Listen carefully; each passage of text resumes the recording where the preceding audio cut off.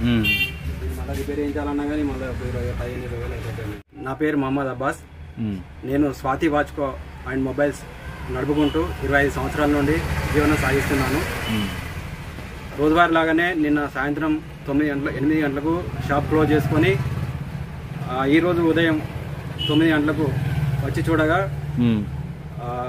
రేకు పైకప్పు తీసి షాప్లో ఉన్న సామాను ఒక 10 కీప్యాడ్ మొబైల్స్, 100 మొబైల్ ఛార్జర్లు, విలువైన వాచెస్, అలాగే రిపేర్ చేసిన మొబైల్స్, బ్లూటూత్లు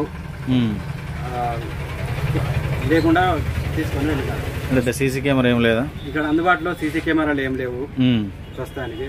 అది బయటికి వెళ్ళి రైల్వే గేటు అనుకొని పైకప్పు లేపి తీసుకొని వెళ్ళడం జరిగింది. అంటే సుమారు ఎంత నష్టం వాటిల్లింది మీకు? సుమారుగా 30,000 విలువైన వస్తువులు దొంగిలించబడ్డాయి. క్యాష్ కౌంటర్లోని నగదు కూడా నేను చిట్టిగట్టే అమౌంట్ ఒక 5,000 రూపాయలు తీసుకొని వెళ్ళినారు. దీనిపైన పోలీసులకు ఫిర్యాదు చేసినాను. ఈరోజు ఉదయం మార్నింగ్ పోలీస్ స్టేషన్ లో కంప్లైంట్ ఇవ్వడం జరిగింది.